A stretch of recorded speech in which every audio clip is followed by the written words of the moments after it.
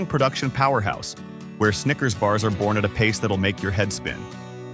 This mega facility cranks out 60% of all Snickers devoured across the United States, while the other 40% trickles in from a web of plants stretching from New York to California, ensuring every gas station, supermarket, and vending machine stays stocked with this fan-favorite treat.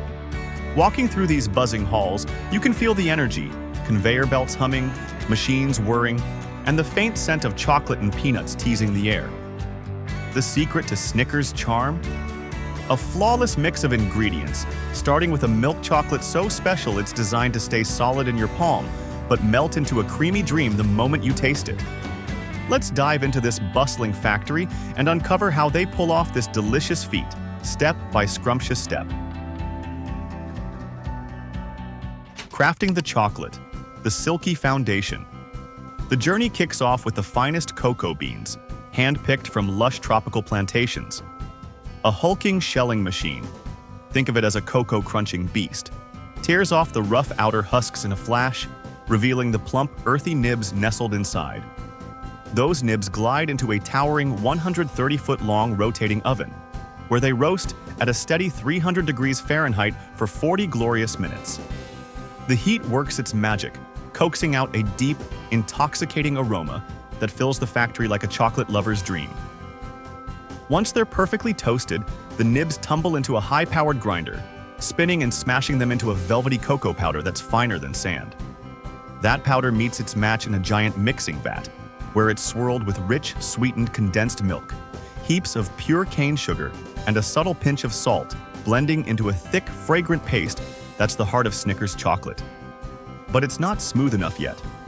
The paste rolls into a superfine roller mill, a marvel of precision, where every microscopic bump gets ironed out, leaving a texture so silky it's almost unreal. From there, it flows into a massive mixing tank dubbed the kneader, where the real alchemy happens. Workers pour in pure cocoa butter, glistening and golden, along with a whisper of natural emulsifier, transforming the mix into a glossy, liquid chocolate river that shimmers under the factory lights. To lock in that Snickers perfection, it's tempered, heated to a toasty 115 degrees Fahrenheit, then flash-cooled to 80 degrees Fahrenheit in a maze of looping pipes. This dance aligns the cocoa butter crystals into a tight, gleaming lattice, giving the chocolate its signature shine and that heat-proof edge. No sticky fingers here? Want to geek out more on chocolate science? Hit the link in the description. Roasting the peanuts. The crunchy core. As the chocolate gets its glow up, Snickers' crunchy MVP takes the spotlight: peanuts. A monstrous 1,800-pound sack of fresh peanuts, straight from the fields, gets hauled up by a towering crane and tipped into a sky-high hopper. They cascade onto a conveyor belt, jittering with excitement for their starring role. This factory guzzles enough peanuts every day to blanket 18 acres of farmland, enough to make a peanut carpet from here to the horizon. The nuts roll into a 120-foot-long roasting oven, a steel giant that blasts them with 340 degrees Fahrenheit heat for 25 minutes. Inside, they flip and tumble, turning from pale beige to a rich golden brown, unleashing a bold, nutty aroma that's downright addictive. Out they come, sizzling and fragrant, greeted by a blast of cool air from industrial fans that swoop in to halt the roasting just right. Then, they spin through a whirring drum where a fine mist of salt dusts each peanut, locking in a savory zing that cuts through the sweetness like a pro. Cooking the caramel, the sticky star. Now, let's stir up the caramel, the gooey glue that ties Snickers into a flavor powerhouse. Picture a colossal 900-pound mixing pot, gleaming like a cauldron, where workers toss in golden corn syrup, creamy slabs of butter, sweetened condensed milk, and a sprinkle of sea salt. The mix simmers up to 255 degrees Fahrenheit over 30 patient minutes, with massive paddles churning like a storm to keep it from burning. As it bubbles, the color shifts to a warm, honeyed gold, and a splash of natural vanilla extract swirls in, weaving a cozy, nostalgic scent that feels like home. Near the finish line, a smoothing agent sneaks into the pot, keeping the caramel stretchy and soft, never stiffening too fast. It's pumped through sizzling hot pipes into a chilling vat, where it cools to 180 degrees Fahrenheit, hitting that perfect sweet spot.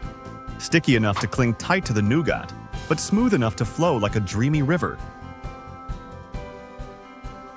Making the nougat, the fluffy heart. Next up, nougat, the pillowy base that gives Snickers its soul.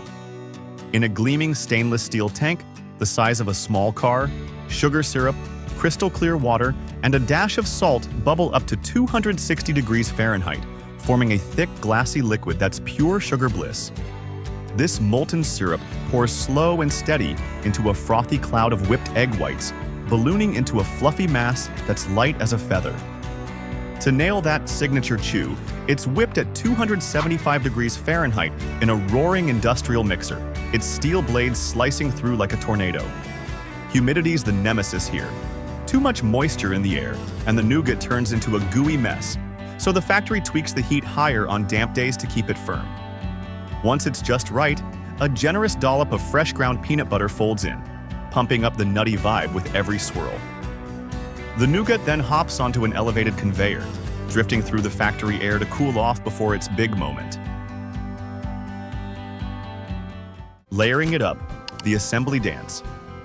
Here's where the magic unites. The warm nougat pumps through a pair of icy 22-degree Fahrenheit rollers, flattening into a smooth, wide sheet that stretches like a canvas. As it cruises along a polished steel conveyor, hot caramel sprays down from a high-pressure nozzle, draping it in a golden blanket that glistens under the lights. Cutting and coating. The final touch. The giant slab rolls into the cutting zone, where precision takes over. A buzzing array of razor-sharp blades carves it into 35 long, sleek strips.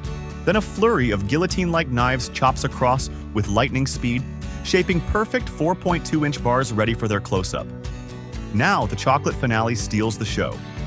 Each bar dips its bottom into a warm pool of liquid chocolate, then glides under a cascading chocolate shower from an overhead rig, wrapping it in a glossy, mouth-watering shell.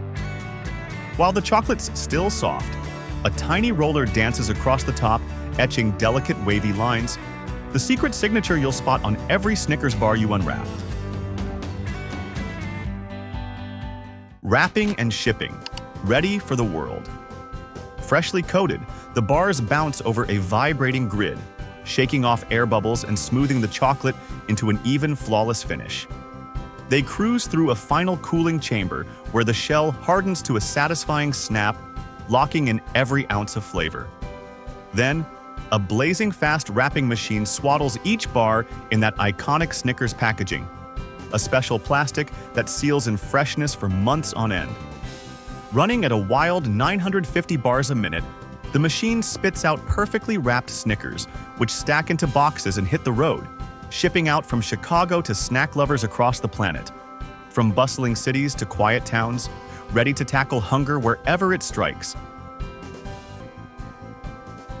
Snickers isn't just a candy bar, it's a vibe, a bite-sized burst of joy that stood the test of time. From the factory floor in Chicago to your fingertips, every single bar is a testament to craft, care, and a little bit of genius. Thanks for tagging along on this epic ride with Sweet Scope. Loved peeling back the Snickers story? Subscribe now. Join our crew, and let's dig into more foodie secrets together. Drop a comment below with your favorite Snickers memory. Maybe it's a vending machine save or a midnight snack win. And we'll catch you in the next video. Have you ever wondered why some folks line up at tiny markets or wait hours just to snag those dazzling handmade Easter eggs, when there's a whole shelf of shiny store-bought ones right next door? My grandma brought this up every year. And no, it's not about the price. There's something deeper at play. So, what makes these eggs so special? Today, I'm taking you on a wild ride to uncover how those stunning Easter eggs come to life.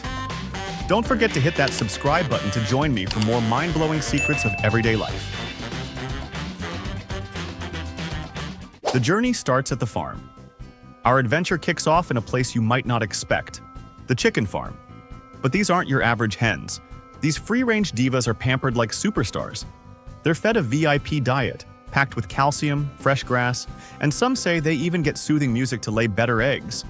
The result? Super sturdy, thick-shelled eggs ready to steal the show at Easter. Egg collecting, a risky business. Once these hens finish their mission, the farmers step in. But it's no walk in the park. They gather the eggs as gently as if handling precious porcelain, because these free-range chickens are fierce about their creations. Try sneaking one out and you might get pecked. I've heard of a guy who got chased around the coop just for touching a nest. It's this extra care that sets the stage for the eggs you'll see on your Easter table. Candling, the egg X-ray. Next up is a high-tech check you've probably never heard of. Candling. Weird name, right? But it's seriously cool. They shine a powerful light, like a superhero's X-ray beam, through the shell to peek inside. You can spot tiny cracks, odd smudges, or uneven yolks. Only the champion eggs, perfect inside and out, move forward. The rest? They might end up as someone's breakfast scramble. Spa day for eggs. After the scan, it's time for a special spa treatment. No, nobody's scrubbing each egg by hand.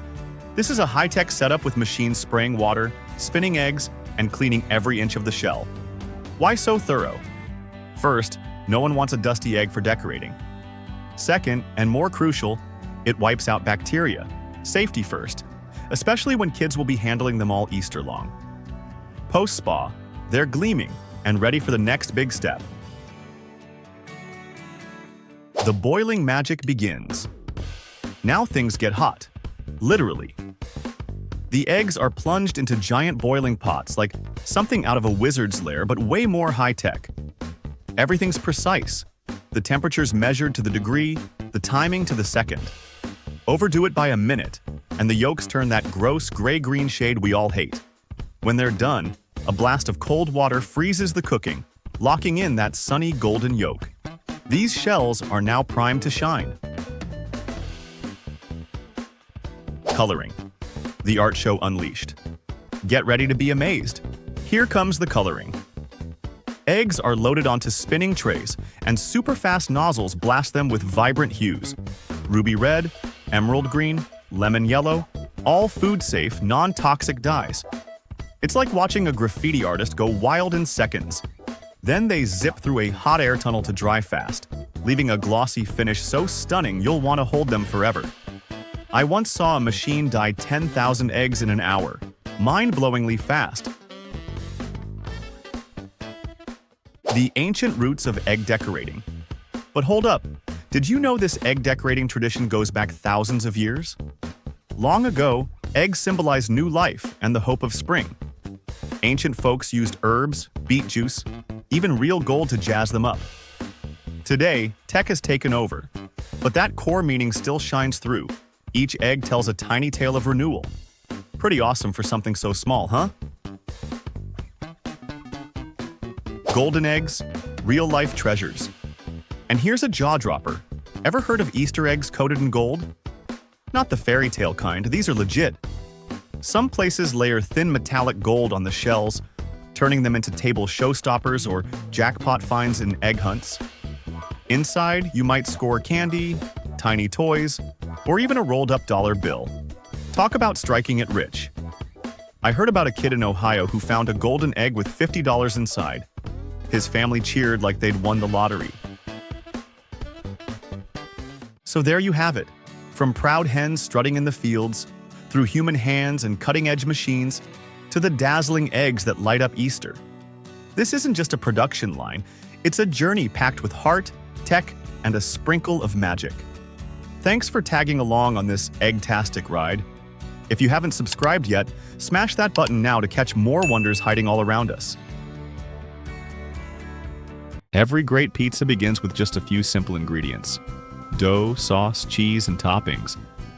The dough is made from flour, yeast, oil, salt, and a few preservatives to keep it fresh.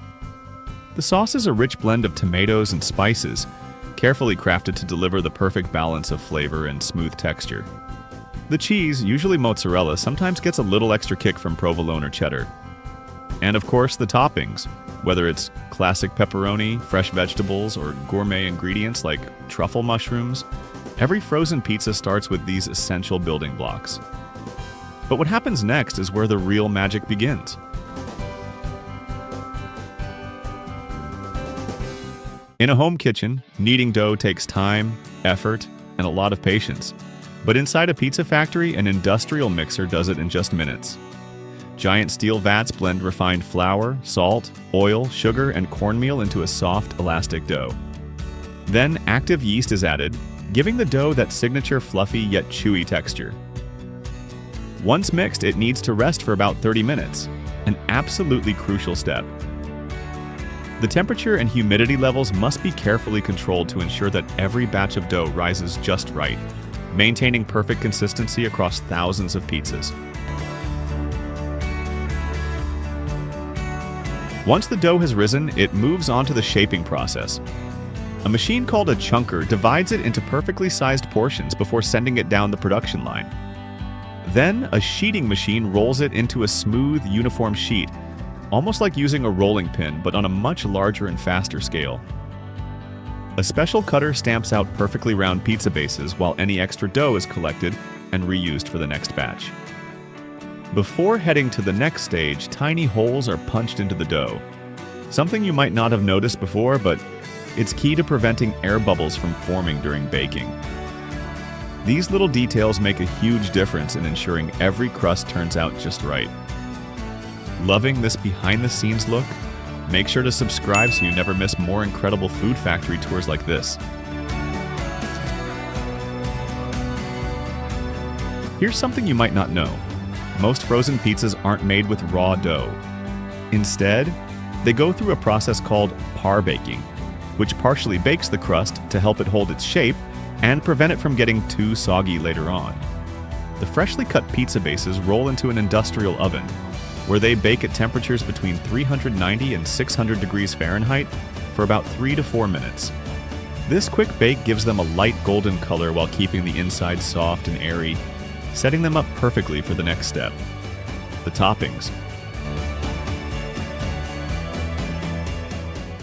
Now comes the fun part, bringing the pizza to life. First, the sauce. Each brand has its own secret recipe, made in separate facilities and stored in massive cooling tanks high above the production line. Special nozzles dispense just the right amount of sauce onto each crust, ensuring even coverage from edge to edge. Then, the cheese. Large blocks of mozzarella, and sometimes a mix of cheddar or provolone, are shredded fresh right on site.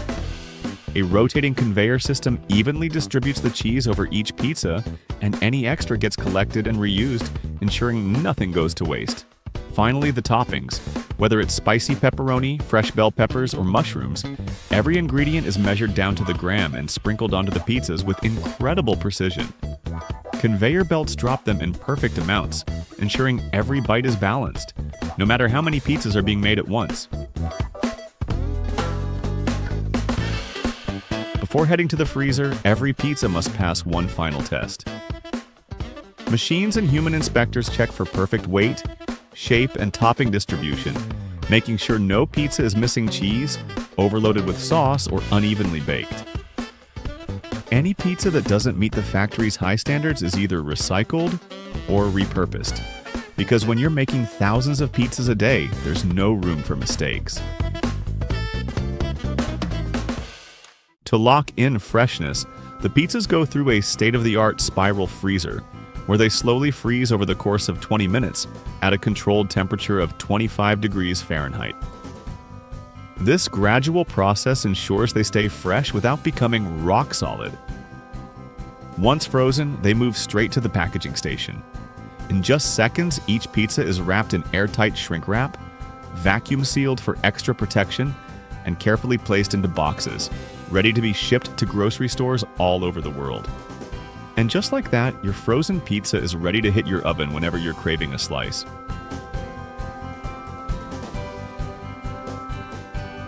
And that's how your favorite frozen pizza goes from factory to freezer to your plate. The next time you grab one from your freezer and pop it in the oven, you'll know exactly what went into making it.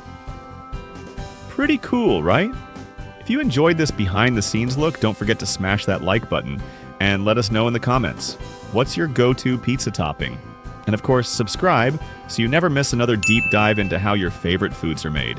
See you next time.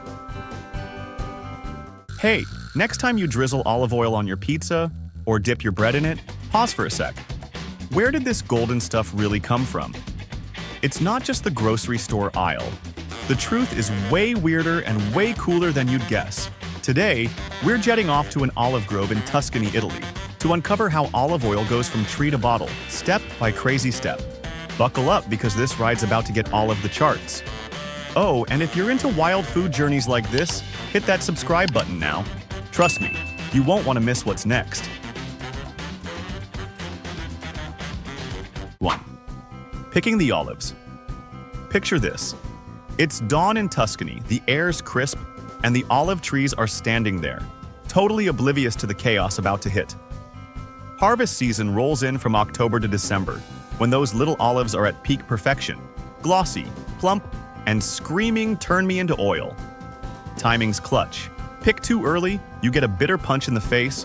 Wait too long, it's bland, and the antioxidants are basically on vacation. Down in Morocco, they're still picking into March, but in Italy, it's game on when the leaves start turning. 2. Shaking the trees. So how do they grab these bad boys? Meet the electric rake. Think of a sci-fi wizard staff with buzzing prongs. Farmers jab it into the branches, and it shakes at 1,200 pulses a minute, sending olives raining onto giant orange nets below. It's like nature's confetti party. For the big old trees, they bust out the trunk shaker. A robotic arm clamps on and grooves like it's at a rave. 15 seconds later, bam, thousands of olives crash down. A small family crew can haul in 1,000 pounds a day. The big industrial farms? They're talking 40,000 pounds. Enough to flood your backyard and then some. 3. Moving to the mill. Those olives don't get a break though. They're shoveled into ventilated crates and hauled to the mill within 24 hours. Any longer, and fermentation creeps in, turning your oil into a sour mess you wouldn't touch with a 10-foot pole. At the mill, they're dumped onto a slanted conveyor where workers play olive bouncer, kicking out bruised rejects or rogue twigs. A gusty air blaster swoops in next, whooshing away leaves and dust. It's like a quick blow-dry before the main event. 4. Washing the olives. Bath time's up next, and it's no joke. The olives dive into a swirling water tank. High-pressure jets blast from above, spinning them in a fruit tornado that'd make Dorothy jealous. The water's filtered and reused to keep things green, and after 5 to 10 minutes, they're sparkling clean. Then they hit a vibrating conveyor that shakes off the drips and lines them up like they're auditioning for a fruit parade, all headed straight for the grinder of doom. 5. Crushing the olives. Now, the fun gets real. They're tossed into a stainless steel hammer mill. Imagine razor-sharp blades whirring at 3,000 RPM, shredding them into a purple-brown mush called pasta in under 2 minutes. This is cold-pressed territory, kept below 77 degrees Fahrenheit to trap those precious antioxidants. Crank the heat too high, and you're basically cooking away the good stuff. Fun fact, some mills still use giant stone wheels for this, old-school style, but it takes forever and a day. 6. Separating the oil. Separation's where the magic happens. That mushy pasta slides into a horizontal centrifuge, a beast of a drum spinning at 3,500 RPM. It's like a turbocharged salad spinner. Pits and pulp slam to the sides, water sinks, and the light, glorious oil floats up top. Takes about 30 minutes per batch, and the leftover gunk, called pomace, gets a second life as fertilizer or even biofuel for powering the mill. Talk about a glow-up. 7. Filtering the oil. But hold your horses. That raw oil's still murky. It's pumped through microfiber filters. Think coffee filters on steroids, turning it into that crystal-clear, golden-green vibe you know and love. Then it chills in sealed stainless steel tanks for a day or two, letting any sneaky water settle out. The pros step in here, sniffing and sipping. It's gotta smell like fresh grass and give your throat a little kick. If it flops, it's booted from the extra virgin club. 8. Bottling the oil. Finally, bottling time. Machines suck the oil into dark glass bottles. Light's the enemy, folks. using vacuum pumps so not a drop's wasted. Caps twist on tight, labels slap on with buzzwords like first cold pressed or Tuscan grown, and they're boxed up for the store. From tree to shelf, it's a wild oily roller coaster, and you thought it was just for salads. But here's the kicker. This isn't some modern invention. Olive oil's been rocking it for thousands of years. Let's rewind the clock and dig into its bonkers backstory. Olive oil's origin story kicks off 6,000 years ago in what's now Syria. Some bored cavemen, or cavewomen, let's be real, smashed wild olives, maybe to see if they'd explode, and out oozed this golden juice. At first, they're like, cool, lamp fuel. Because who needs candles when you've got olive oil? Then, ancient Greece catches wind. They're rubbing it on warriors like it's pre-game Gatorade, swearing it boosts strength. Egypt jumps in, slathering it on mummies and mixing it into face creams. Cleopatra was basically the OG skincare influencer. By the Roman days, it's a full-on empire flex. They plant olive trees from Spain to Tunisia, churning out oil like it's the fuel of conquest, which, honestly, it kinda was. Fun twist. They even taxed it, because nothing says Roman efficiency like squeezing cash out of your salad dressing. From a random smash to your pantry, olive oil's been strutting through history like a boss. One more for the road. Some olive trees bleed red sap when you cut them, like a creepy B-movie effect. It's just plant juice oxidizing. But if that doesn't scream haunted grove, I don't know what does. Which fact blew your mind? Spill it in the comments. I'm all ears. So, there you have it. From shaken trees to your spaghetti, olive oil's journey is pure chaos and brilliance. Next time you grab a bottle, you're holding history, science, and a little bit of ancient weirdness in your hands. Loved this deep dive? Smash that like button. And if you're not subscribed yet, what are you waiting for? Hit that red button. We've got more wild stories coming your way, and you don't want to miss out. Me? I'm off to whip up some olive oil drizzled garlic bread. Might even salute those 2,000-year-old trees while I'm at it. Catch you in the comments, fam! Step 1. The recipe for that heavenly texture. Every single pint, cone, or sundae you've ever devoured, no matter if it's a high-end, velvety masterpiece or a budget tub from the discount aisle, starts with the same foundational hero, cream. It's the backbone, the soul, the creamy heartbeat of ice cream. But hold up, not all ice creams are created equal, and cream is where the divide begins. Have you ever grabbed a cheap pint, scooped it out, and thought, wait, why does this taste watery? Where's the oomph? That's because some ice creams skimp on the good stuff, using less real cream and more fillers. High-quality ice cream, on the other hand, is a whole different beast.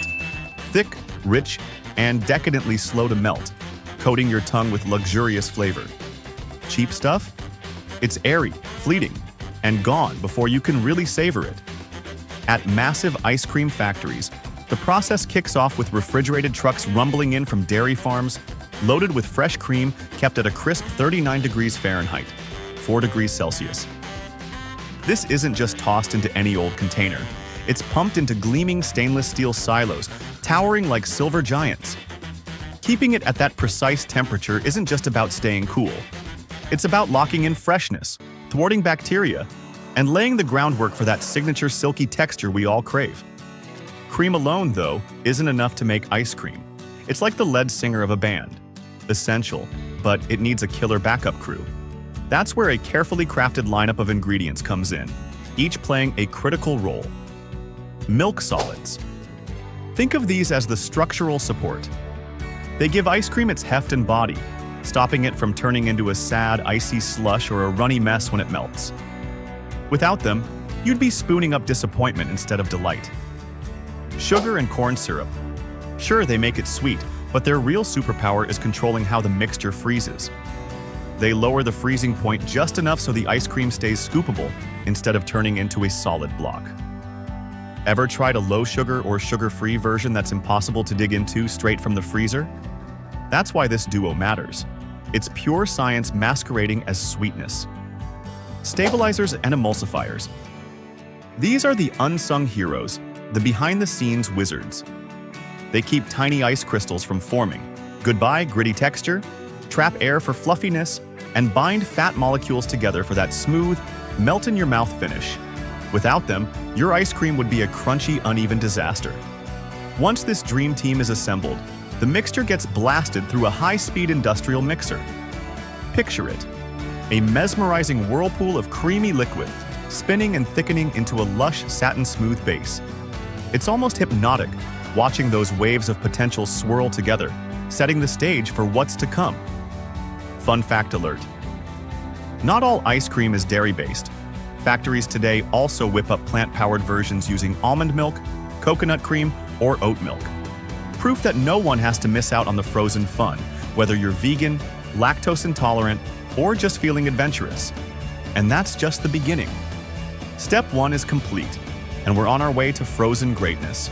But trust me, the ride's about to get even chillier. Step 2. Zapping germs and amping up taste. The hidden science. Here's a little food for thought you probably don't dwell on while licking a cone. Before ice cream ever hits your taste buds, it's got to pass a serious safety checkpoint. Raw dairy is like a playground for bacteria. Think E. coli or salmonella crashing the party, and no one wants their dessert with a side of regret. That's why factories turn to a process called pasteurization to keep every bite safe and scrumptious.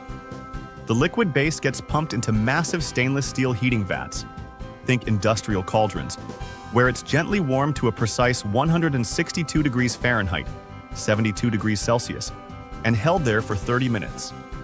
Why that exact combo? It's the sweet spot where harmful germs get zapped into oblivion without cooking the flavor out of the mix. Bonus. This heat also activates those stabilizers we mentioned earlier, ensuring the texture stays silky instead of turning into a rock-hard lump when it freezes. But we're not done yet. Next comes homogenization, and it's a total game changer. Ever seen a jar of natural peanut butter with that oily layer floating on top? That's what ice cream would be like without this step, separating into weird, greasy clumps. Instead, the hot mixture gets forced through tiny, high-pressure nozzles at breakneck speed. This smashes the fat globules into microscopic droplets, blending everything into a uniform, velvety dream. The result? No odd textures, no separation, just pure, creamy perfection in every spoonful. At this point, the mix is still warm and runny. Not exactly screaming ice cream yet, right? So, it's time to cool things down. The freshly homogenized blend is chilled back to 39 degrees Fahrenheit or 4 degrees Celsius in a flash and left to rest. Sometimes for a few hours, sometimes overnight. Cool tidbit. This resting period isn't just a break. It's where the magic starts brewing. The ingredients meld together, flavors deepen, and the mixture thickens ever so slightly, paving the way for that iconic melt-in-your-mouth feel. Skip this step, and you're basically committing a crime against dessert lovers everywhere. It's still not frozen, but it's prepped and primed for the big transformation ahead. Freezing. Hang tight. This next part is where the real icy sorcery kicks in. Oh, and if you're loving this peek behind the scenes, don't forget to smash that subscribe button. We've got more food mysteries to unravel soon. Step 3. Freezing and the surprise ingredient you'd never guess. Okay, brace yourself for a mind blower. One of the most crucial ingredients in ice cream isn't even on the label. It's air. Yep, you heard that right. Without a little puff of the stuff, your favorite treat would be as hard as concrete and about as fun to eat as a brick. This all comes down to something called overrun, the amount of air whipped into the mix as it freezes. Ever noticed how premium ice cream feels dense and indulgent, taking its sweet time to melt, while cheaper stuff feels light and disappears in a heartbeat? That's overrun at play. High-end brands use less air, keeping the texture rich and the flavor bold. Budget-friendly options crank up the air, making them fluffier and easier to scoop, but also quick to turn into a puddle. Here's the crazy part. Some low-cost ice creams can double in volume just from air alone. That means when you're scooping from that bargain pint, almost half of it might just be, well, nothing. But don't scoff. Air's not the enemy. Too little of it, and you'd be chiseling away at an unscoopable block. The key is balance. Enough air to keep it soft, not so much that it feels like you're eating a cloud. This freezing stage is also when factories get creative, folding in all those extras that make ice cream a thrill ride for your taste buds. Think chocolate chips tumbling in, gooey caramel ribbons swirling through, or chunks of cookie dough and real fruit bits joining the party. It's not just dumped in willy-nilly either. Special machines ensure every morsel is evenly distributed. Ever dug into a pint where all the good stuff sank to the bottom? That's what they're fighting against here, making sure every bite's a treasure trove of flavor. By now, the ice cream's got its shape, its air, and its personality. But it's not quite ready to hit the shelves. One final, frosty step awaits, and it's about to take things to sub-zero extremes. Step 4. From plant to pint. Sealing the chill. The ice cream's now a fully formed delight, brimming with flavor and ready to be shared with the world. Inside the factory, it's a symphony of motion.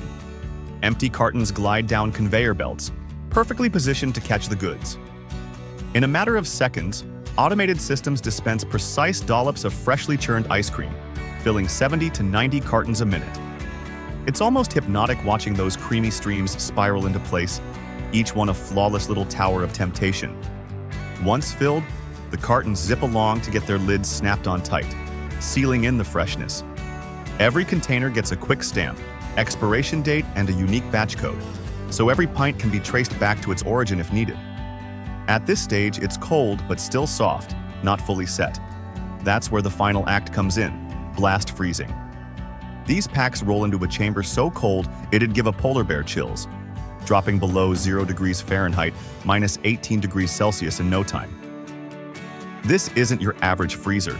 It's an industrial deep freeze that locks in the ice cream's creamy texture fast, stopping big ice crystals from forming and ruining the vibe.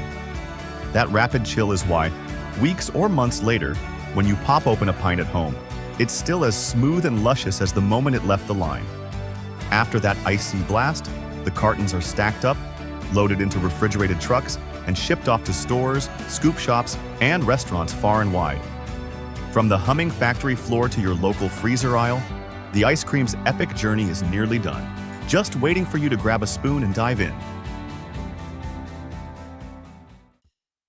The final bite. Ice cream's more than a treat. So, the next time you're savoring a scoop of your go-to flavor, take a second to appreciate what's really in that bowl. It's not just milk and sugar. It's a centuries-old saga of innovation, a dash of scientific brilliance, and a whole lot of creative flair. From ancient snow-chilled concoctions to today's high-tech production lines, ice cream's proof that some things get better with time. Every bite's a little miracle, blending history and modern mastery into something downright delicious. Now, I've got a question for you. What's your all-time favorite ice cream flavor? Drop it in the comments below. We're dying to know. And before you head out, hit that subscribe button for more deep dives into the foods you love. Stay cool, keep it sweet, and we'll catch you on the next tasty adventure.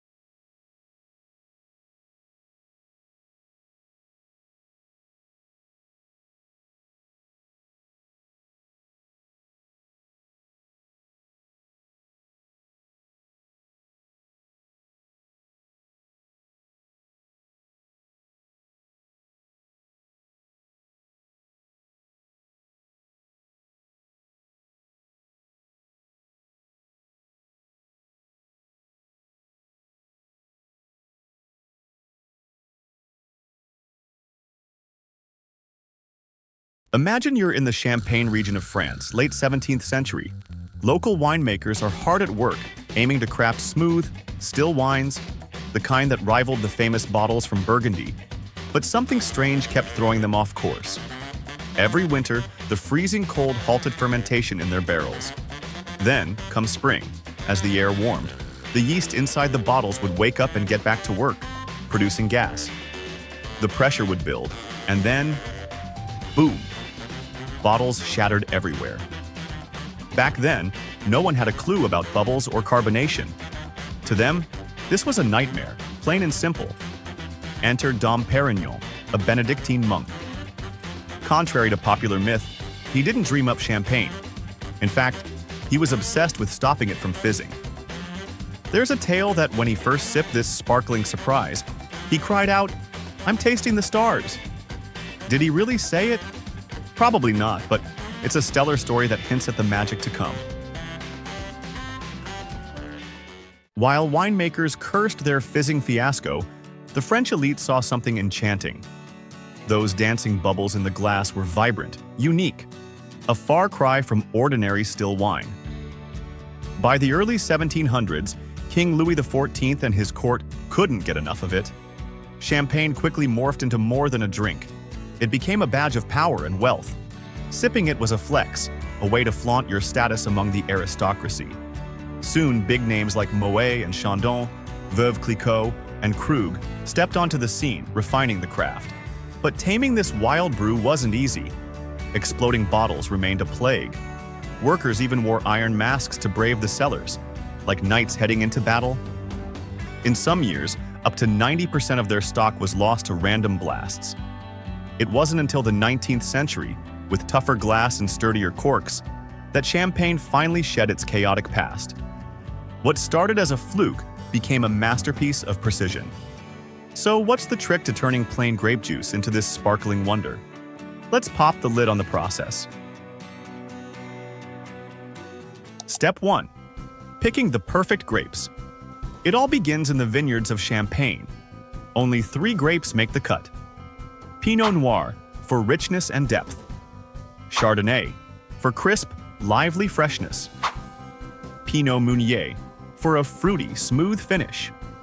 The region's chilly, chalky soil gives these grapes their signature zing, the secret to Champagne's charm. Every cluster is hand-picked with care. Machines would bruise the skins, risking a bitter edge. Once harvested, the grapes chill in airy crates to keep fermentation at bay. Step 2. Pressing, extracting the essence. The grapes are gently pressed to tease out their purest juice, known as the cuvée. This first squeeze is the gold standard. Later pressings, which pull out harsher tannins, are often tossed aside. Fun fact, even with red grapes like Pinot Noir, Champagne stays white. The juice is whisked away from the skins before any color sneaks in. Step 3. First fermentation, just plain wine. That juice heads to steel tanks or wooden barrels, where yeast turns sugar into alcohol. The result? A flat, tart white wine with about 11% alcohol. Nothing bubbly about it yet. Winemakers then blend different batches, an art called assemblage, to nail their signature flavor year after year. Step 4. Second fermentation, birth of the bubbles. Here's where the real transformation happens. They add a pinch of yeast and sugar, seal it in a bottle, and let the magic unfold. The yeast feasts, churning out alcohol and CO2. Since the bottle's locked tight, that gas dissolves into the liquid. Voila, bubbles. The pressure inside is intense, twice that of a car tire. But there's a catch. Dead yeast leaves sediment behind. How do they clear it out without losing the fizz? Step 5. Riddling and removal, a clever cleanup. The bottles are tilted on special racks. Each day, they're given a tiny twist, nudging the sediment toward the neck, a trick called riddling that takes weeks. Once it's all settled, the neck is flash frozen. Pop the cap, and the pressure blasts out the icy plug, leaving pristine champagne behind. Step 6. Dosage, a final tweak. A dash of wine and sugar, called dosage, is added to tune the flavor. Want it bone dry? Go for brut. A touch sweeter? Try demi-sec. Then it's sealed with a cork and wire cage. Without it, that pressure could send the cork flying. Step 7. Aging. Time perfects it. The bottles rest in cool, dark cellars for months or even decades. The longer they age, the deeper the flavors. Think toasty, complex notes that scream quality. By the time it reaches your glass, you're sipping years of patience and skill. Why does champagne cost a fortune? A basic bottle might set you back $50, while top-tier ones climb into the thousands. What's driving the price? Aging. Some bottles mature in cellars for over a decade. Brand power. Names like Dom Perignon or Cristal sell a lifestyle, not just a drink. Scarcity. Vintage champagnes crafted only in standout years are rare treasures. On a budget? Check out grower champagnes, small batch gems with big flavor at a friendlier price. Next time you clink a champagne flute, pause for a second. You're not just drinking, you're tasting centuries of trial, triumph, and artistry. From cellar explosions to royal courts, champagne's journey is a sparkling saga bottled up for you to enjoy. Loved this dive? Hit subscribe and tell us, what's your favorite champagne moment? Cheers, and catch you in the next one.